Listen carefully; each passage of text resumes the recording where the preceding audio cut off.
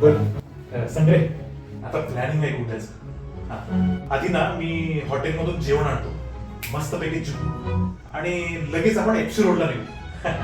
तू काय ते 12 नंतर फुगे बिगे सोड. मी थोडी इकडं थोडी तिकडं नजर मारतो आणि ते झाल्यावर आपण पिझ्झा खाऊ, कोल्ड्रिंक पिऊ, फोटो काढू, थोडे रील बिल बनवू आणि मग एक साधारण 2-3 वाजेपर्यंत घरी.